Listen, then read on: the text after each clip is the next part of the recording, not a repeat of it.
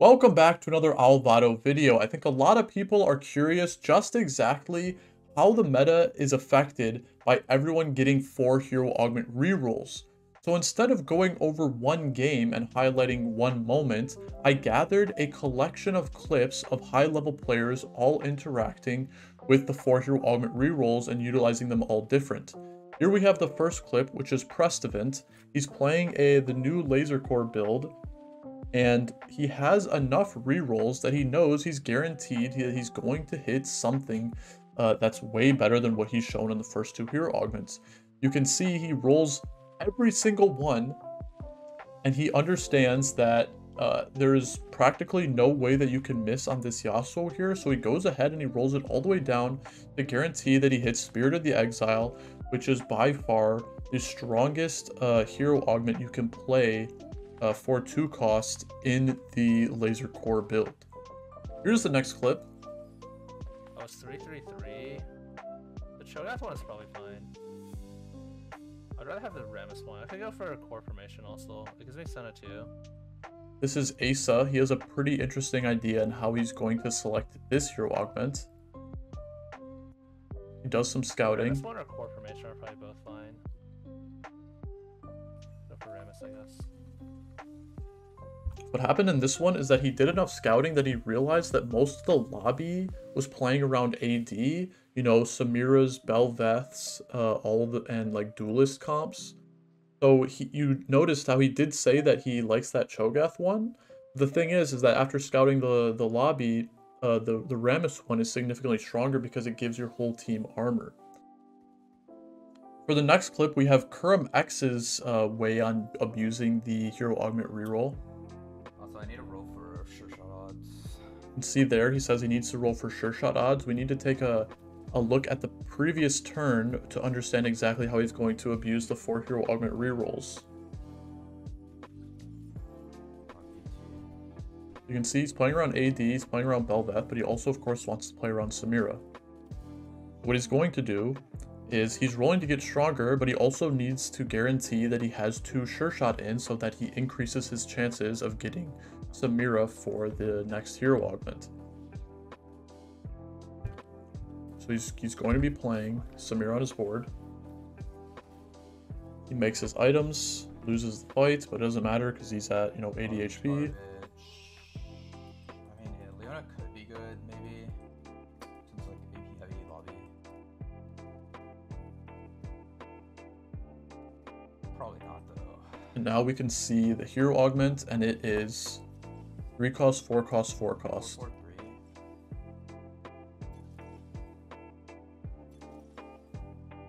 Probably that. He knows exactly what he wants to hit. He thinks that the Daredevil augment is very strong. It gives your entire team an attack speed buff. So he basically just rolls for that one. And he knows that he's going to hit it because he, you know, he saw enough hero augments that he's practically guaranteed because of the 2 sure shot. He can see like Sejuani, he can see Zed, he can see threats, and then he can see sure shots. That's basically all he has for the odds, based on the traits that he has on the other side of his board, and MF because he has Asin. Now here we can see a Soju clip. I roll 4-4-4. He's playing Kaisa. He gets rolled 4-4-4. I mean, Void Weather's actually pretty good. Is there anything else better?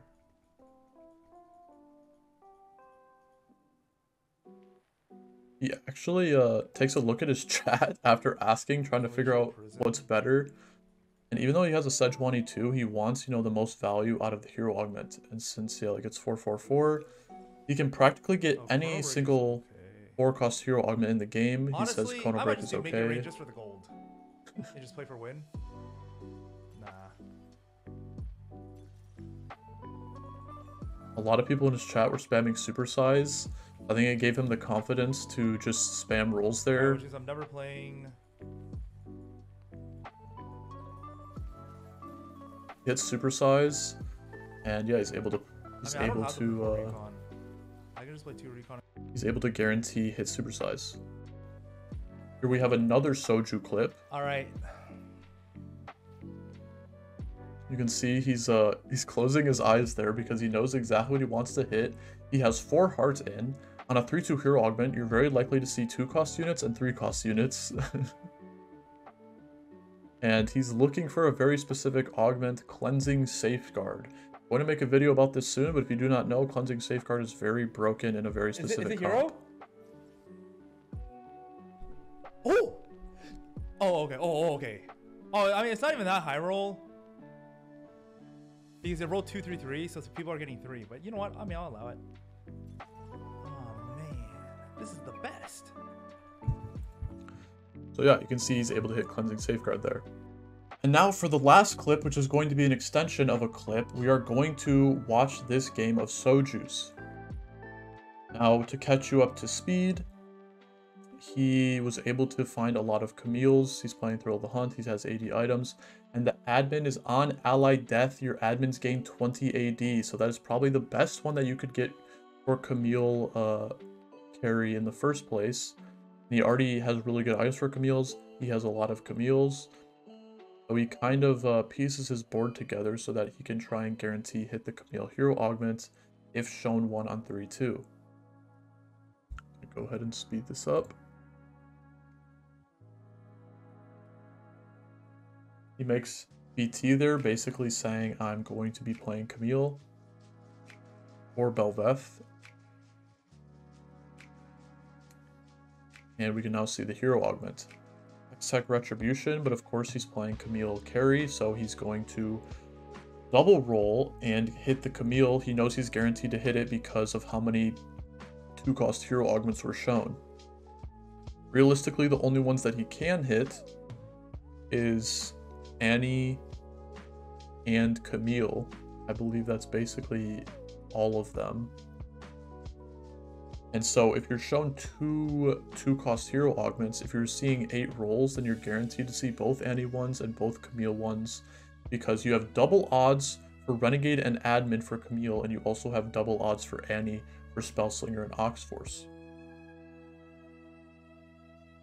Now, he chooses to play 2 Camille's in this spot because he was able to get Camille from the Camille hero augment, so instead of holding the Camille in the orb, playing 2 Camille's is his strongest board because they both benefit from the shield that they get. If you do not know, the Camille carry hero augments says you get like 600% of your AD as a shield once you reach like 50% HP.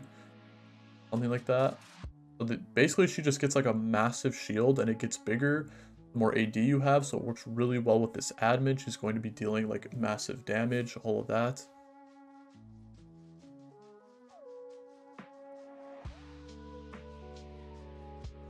And this game practically plays itself now.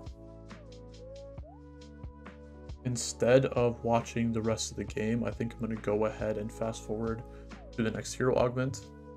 And now we can see the last hero augment.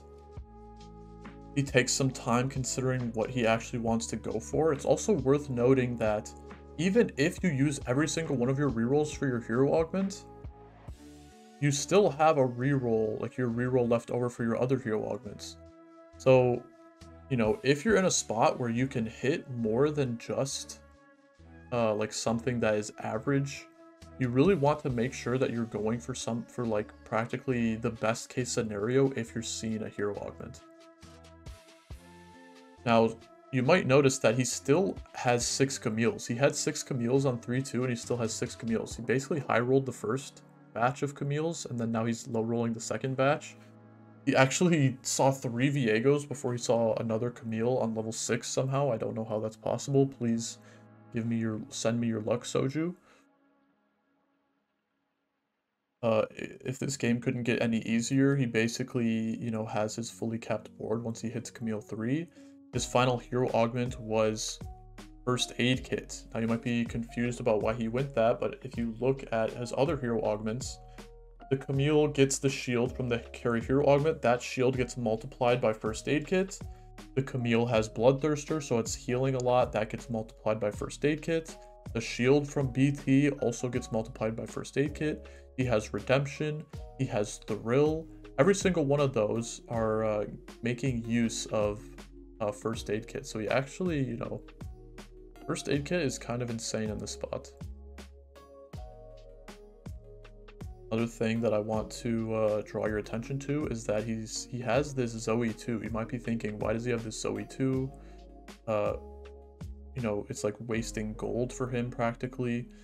Thing is that is his next in. He really wants to get Hacker in so that he can abuse that on ally death effect with the admins. If you do not know, when you send Hackerim into the backline, as soon as he's done you know, transferring the unit, transporting the unit, for some reason Hackerim counts as a unit, so as soon as he's done doing that, he triggers the on ally death effect, and he guaranteed gives your unit like more AD. So he's gonna check here. I think it started at like 229, and then by the time Camille came out of the Hackerim, it had like 278. Yeah, something like that. It's like 20%, right?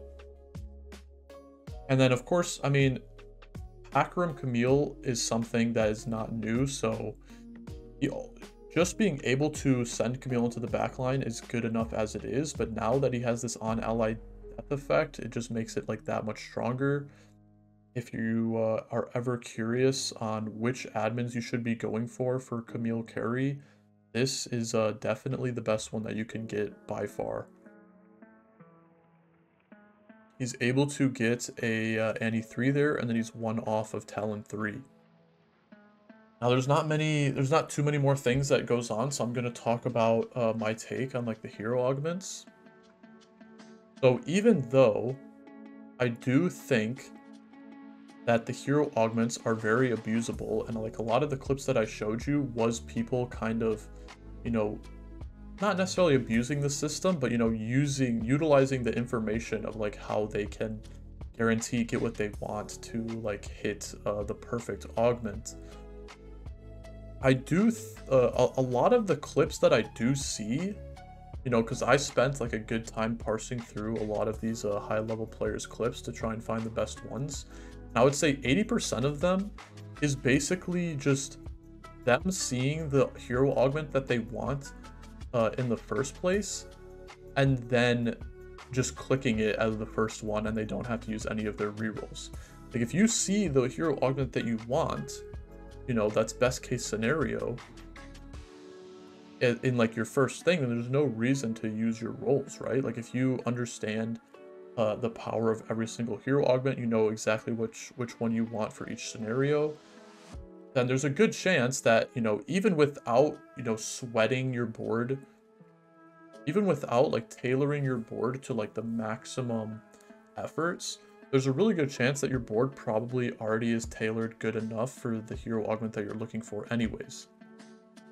So with that being said, I actually do think that this change to the hero augments is probably overall a good one, because the issue that it solves is that not getting super unlucky as your first one. I think that is part of the reason why they wanted to make this change in the first place. A lot of it had to deal, the change had a lot to do with, you know, appeasing the casual player base.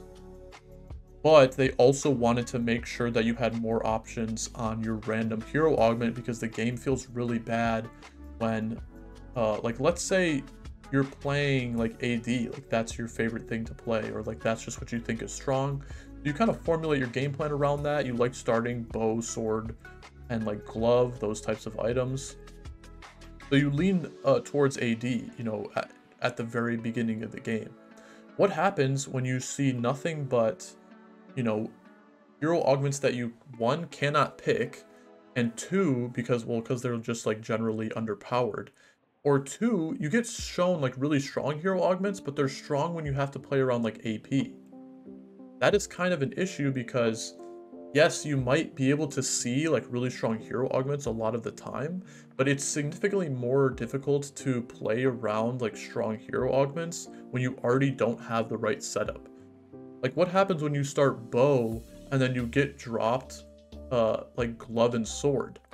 You're not trying to play Yumi, so like even if you get shown like predatory precision or channeled ferromancy, the two augments that are really strong into like Yumi comp, you know, you don't necessarily like want to play around that anyway. So I think getting the 4 hero augments means that the hero augment that you see on 2-1, you have a lot higher chance of, you know, your game not being like guaranteed bot 4 like immediately, which has definitely been one of my issues with this set. I think a significantly large percentage of my bot 4s has to do with me getting a hero augment on 2-1. It kind of like throws you off sometimes. You get in like a good groove, you're playing solid TFT, and then you just can't figure out how to transition into like playing a play style that playing around, you know, a 2-1 hero augment requires of you. And then you often that kind of like ruins your hot streak, and then you can, you know, you just end up losing games. Yeah, there's not too much to talk about for this game because it's basically just Soju high rolling, and then you can see that he still has 65 gold, and he ends up winning the lobby there. But yeah, I think 4 hero augment rerolls is actually a good change. Once they're able to balance more of them, or, you know, nerf the ones that are incredibly broken, Back for Blood, I think the game will be in a really good spot. Hopefully you learned something from this video. Help me get to 1,000 subscribers. Like the video if you liked it, and I'll see you in the next one.